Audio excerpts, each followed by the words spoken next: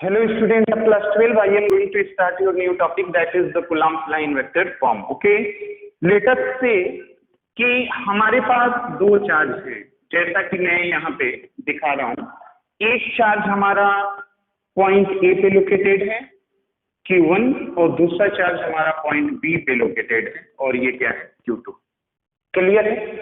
जब ये Q1 और Q2 किसी पॉइंट पे लोकेटेड है, जैसे कि हम देख रहे हैं एक ए और दूसरा बी पे लोकेटेड है, तो कहीं ना कहीं ये किसी स्पेस में होंगे।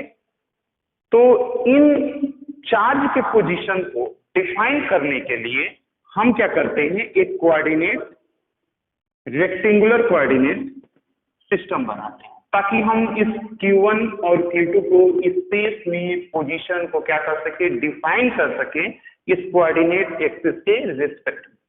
तो ये हमारा एक्स एक्सिस है, ये हमारा वाई एक्सिस है और ये हमारा जेड एक्सिस है। क्लियर है? और ये हमारा क्या है, ओरिजिन। अब हम जानते हैं कि किसी भी पॉइंट का अगर कोऑर्डिनेट एक्सिस के रिस्पेक्ट में पोजीशन अगर हमें फाइंड आउट करना होता है, तो हम क्या करते हैं कि उस पॉइंट को ओरिजिन से क्या कर देते हैं, मिला देते हैं। यानी अब हम इस पॉइंट ए को ओरिजिन से क्या करेंगे, मिला, और लाइकवाइज हम बी को भी क्या करेंगे, ओरिजिन से मिला देंगे। तो ये हमारा जो है ओ बी। ओ को जब ए से मिलाए हैं तो लेटर से हम इसको वेक्टर R1 से डिनोट करें, यानी वेक्टर R1 पोजीशन वेक्टर है किसका, ओ ए का।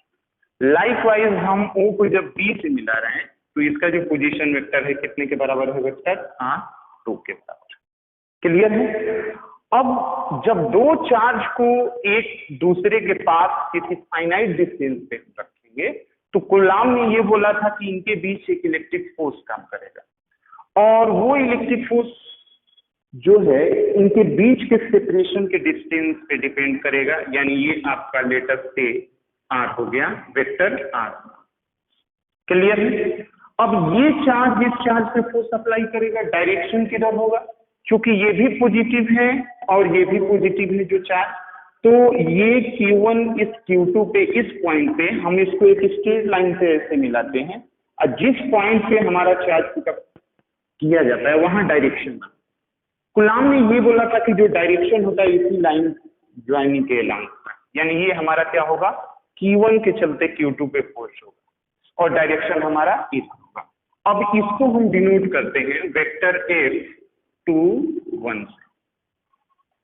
इसका मतलब ये हुआ कि फोर्स अप्लाइड बाई कौन अप्लाइड कर रहे हैं, force applied by Q1 on Q2। यानी Q1 हमारा इस Q2 पे फोर्स इस डायरेक्शन में अप्लाई करेगा, इसको हम F21 पे क्या करेंगे, रिप्रेजेंट करेंगे। लाइकवाइज हमारा Q2 भी Q1 पे फोर्स अप्लाई करेगा इसी लाइन ज्वाइनिंग इस पॉइंट ए पे, तो इसको हम ऐसे डिनोट कर रहे हैं, ये हमारा डायरेक्शन है लेटर से।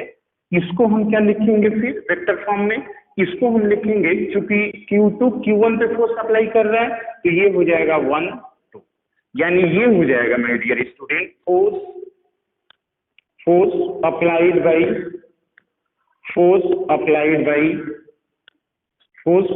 By Q2 on Q1। Clear है? और ये इसके बीच का डिस्टेंस है, ए और बी के बीच का डिस्टेंस क्या है, वेक्टर R, जो कि हमारा डिस्प्लेसमेंट वेक्टर है। अब क्वेश्चन हमारा ये राइज होता है कि आखिर में F21 कितने के बराबर होगा। क्लियर है? तो F21 निकालने के लिए हम जो है क्या करते हैं, देखिए, सिंस हमारा जो OA है वो कितने के बराबर है, वेक्टर R1 के, और ये क्या है, पोजीशन वेक्टर।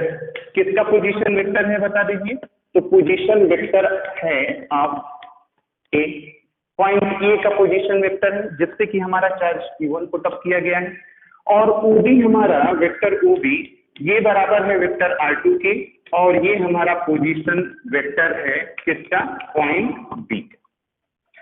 अगर हम यहाँ पे देखें स्टूडेंट, तो एक ट्रायंगल बन रहा है। अगर हम इस वेक्टर को बात करें, इस ट्रिंगल के बारे में बात करें, तो ये R1 हो गया और हम Q1 के चलते Q2 पे निकाल रहे हैं, तो ऐसे जाएंगे Q1 के चलते Q2 पे, डायरेक्शन हमारा ऐसे होगा वेक्टर का, जो ये इंडिकेट कर रहे हैं Q1 से Q2 की तरफ जा रहे हैं। और ये हमारा जो है R2 है, जो हमारा कौन सा वेक्टर होगा जरा बता दीजिए यहाँ पे। ये R2 हमारा रिजल्टेंट, क्योंकि ट्रायंगल मेथड में आप लोग देख चुके हो कि अगर ये कोई वेक्टर ए है और ये कोई वेक्टर बी है जो टेल मिलाए हैं, और ये हमारा क्या होता है, रिप्रेजेंट जो करता है, रिजल्टेंट होता है, जो बराबर होता है vector A plus vector B. यानी अगर हम बात करें ओ ए बी में, तो R2 कितने के बराबर हो जाएगा, ये बराबर हो जाएगा vector R1 plus vector R, vector A vector B, और ये इसका रिजल्टेंट। यानी अगर हम बात करें ट्रायंगल ओ ए बी में, अगर हम ट्राइएंगल मेथड लगाएं, ट्रायंगल मेथड, तो ट्रायंगल मेथड में हम क्या पाएंगे जरा बता दीजिए। ट्रायंगल मेथड में हम ये पाते हैं कि R2 जो है, वेक्टर R2 वो बराबर होगा vector R1 plus vector R, और यहां से वेक्टर R क्या हो जाएगा स्टूडेंट, ये बराबर हो जाएगा vector R2 minus vector R1। और इसको हम डिनोट करते हैं, क्योंकि हम A से B की तरफ जा रहे हैं, तो यहाँ पे आप लिख दीजिएगा वेक्टर AB, और इसको हम लिखते हैं 2 माइनस 1 है, यानी 2 से 1 की तरफ हम जा रहे हैं, तो यहाँ पे लिख देंगे वेक्टर R2 1। क्लियर है। अब अगर हम इस F21 को वेक्टर फॉर्म में लिखें, तो पिछले क्लास में हम देखे थे कि एक यूनिट वेक्टर होता है, और वो यूनिट वेक्टर हमारा क्या हो जाएगा, वेक्टर R21 होगा, या फिर इसी को हम लिख सकते हैं यूनिट वेक्टर AB, और ये बराबर हो जाएगा वेक्टर R21 अपन ये हो जाएगा मॉड वेक्टर R21, और इसी को हम लिख सकते हैं vector R2 minus vector R1 अपान R, क्योंकि वेक्टर R21 अभी हम यहाँ पे देखे कितने के बराबर है, R2 माइनस R1। क्लियर है। तो ये हमारा जो है यूनिट वेक्टर हो गया। अब वेक्टर फॉर्म क्या हो जाएगा माय डियर स्टूडेंट, तो वेक्टर जो फॉर्म होगा वो F21 बराबर कितने के हो जाएगा बताइए, ये हो जाएगा 1 upon 4 pi epsilon not Q1 Q2 अपान ये हो जाएगा R square into R unit, और ये क्या हो जाएगा 2। अब वेक्टर R21 कितने के बराबर है, तो R21 हम लिखेंगे 1 अपान 4 पाई एप्सिलॉन नॉट, ये हो जाएगा Q1 Q2 upon R square into R2 minus R1 अपान ये हो जाएगा आपका R, क्योंकि R21 हमारा बराबर है R2 माइनस R1 अपान R। क्लियर है। अब यहां से जब हम F21 देखेंगे, तो F21 कितने के बराबर हो गया, जो F21 हो गया वो बराबर हो गया 1 upon 4 pi epsilon not Q1 Q2 upon R Q R2 minus R1।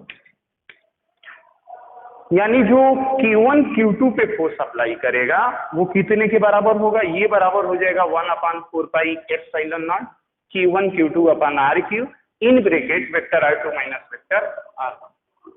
अब हम जो है इसको बोलते हैं, लेट अस से इट इज इक्वेशन 1। अब हमें ये देखना है कि ये Q2 Q1 पे कितना फोर्स अप्लाई करेगा, यानी F12 कितने के बराबर हो। क्लियर है स्टूडेंट। तो ये हम जो है मिटा रहे हैं, यहां पे देखते हैं।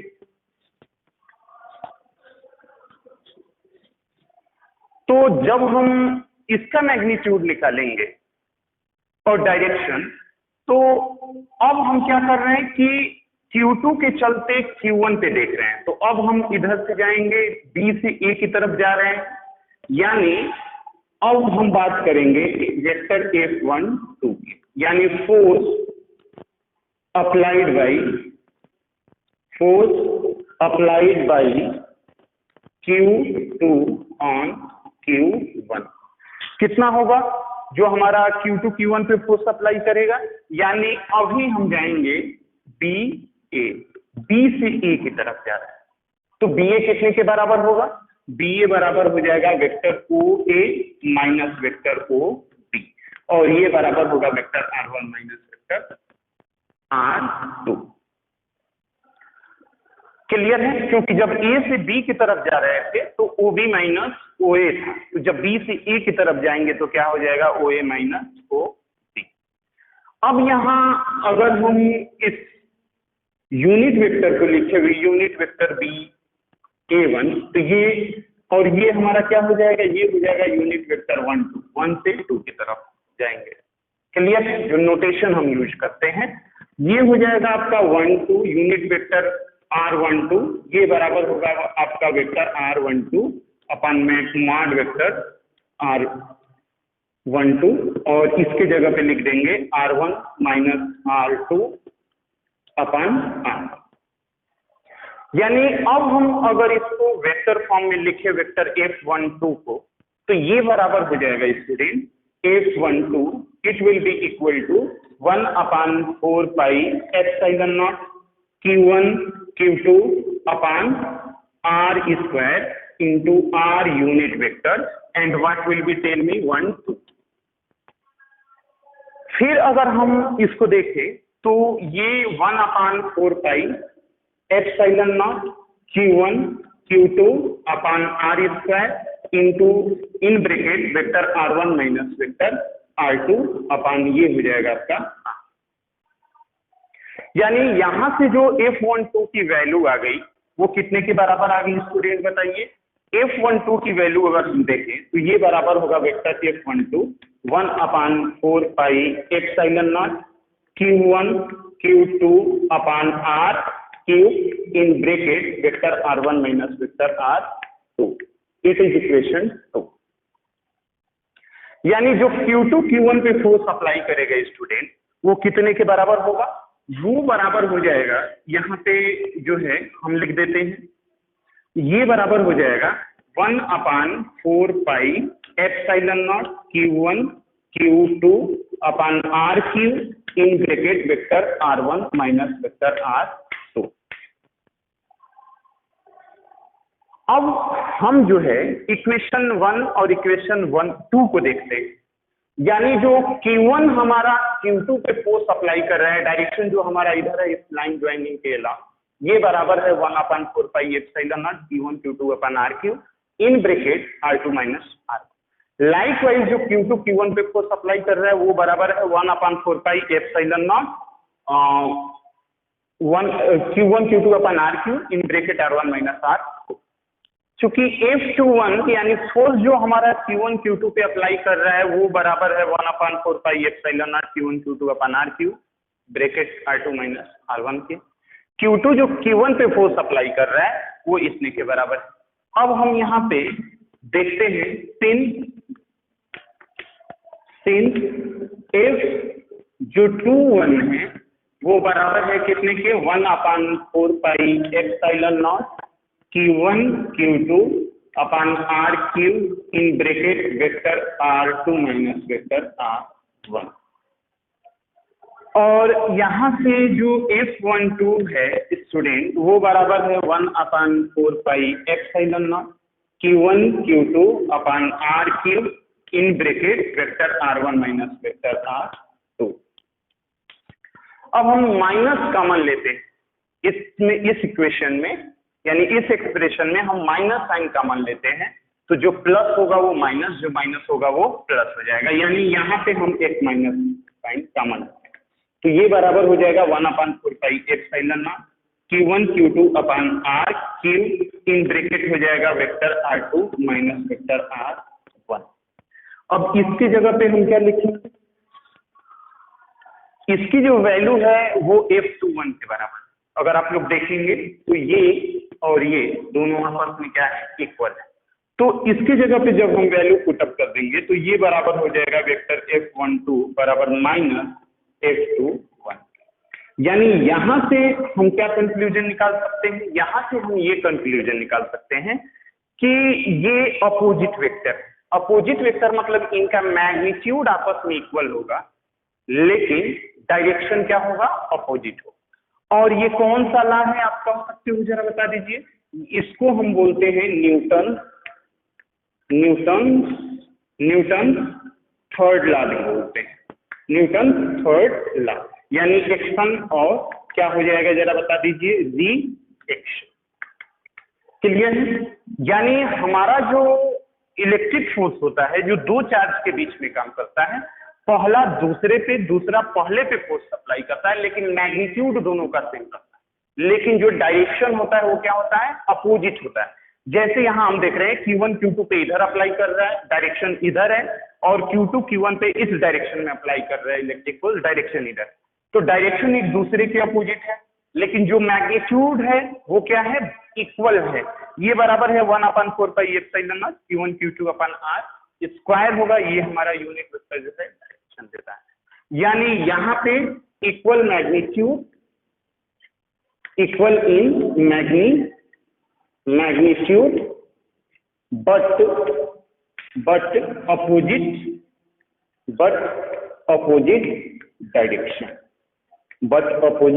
डायरेक्शन। क्लियर है?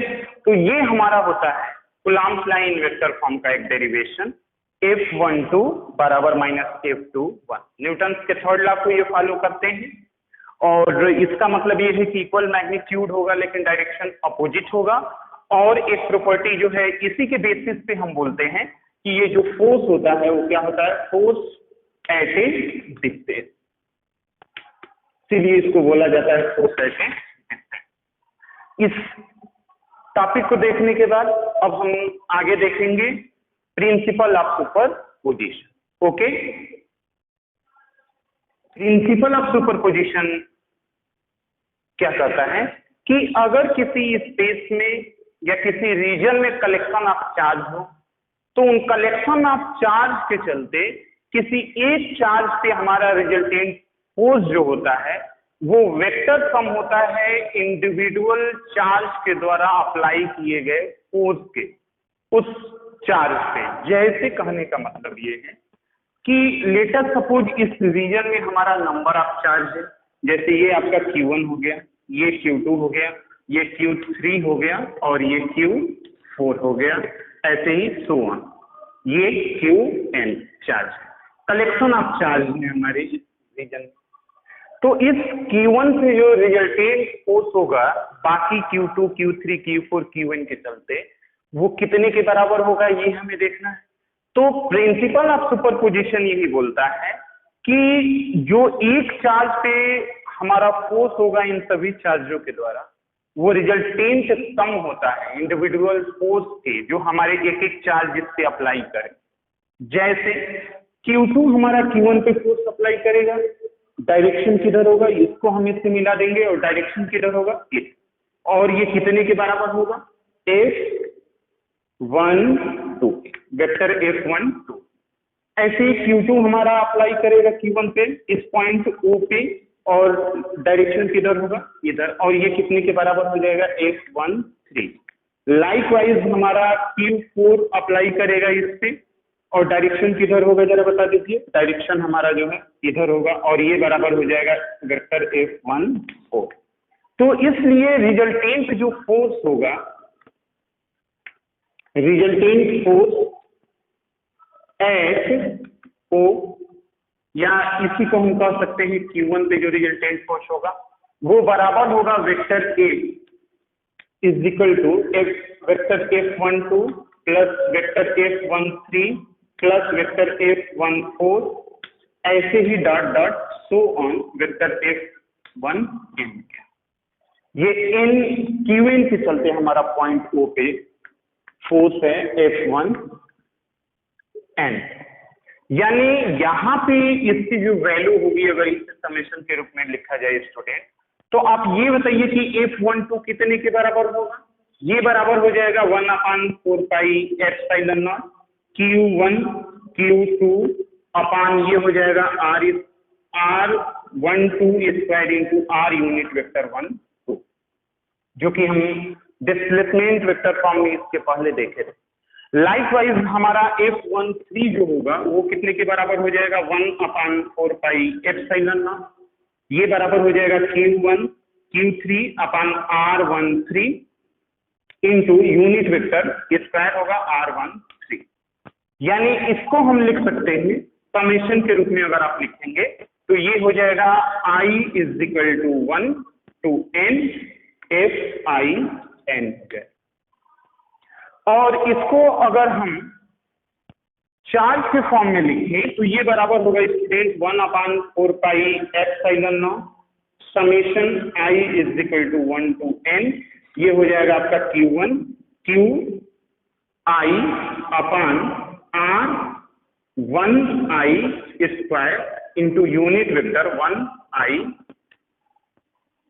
समेशन फॉर्म में।